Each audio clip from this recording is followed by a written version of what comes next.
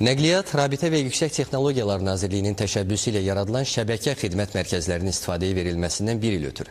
Hazırda Respublika üzrə 6 şəbəkə xidmət mərkəzi fəaliyyət göstərir.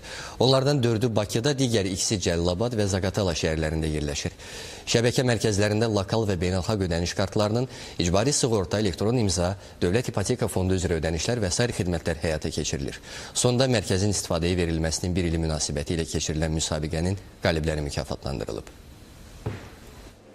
Qarşıdakı qısa bir zaman kəsiyində 2 şəbəkə xidmət mərkəzimiz də fəaliyyətə başlayacaq. Onlardan biri Yasamal rayonunda yerləşəcək. Növbəti şəbəkə xidmət mərkəzi isə Sumqayıt şəhərində ilk olaraq fəaliyyətə başlayacaq.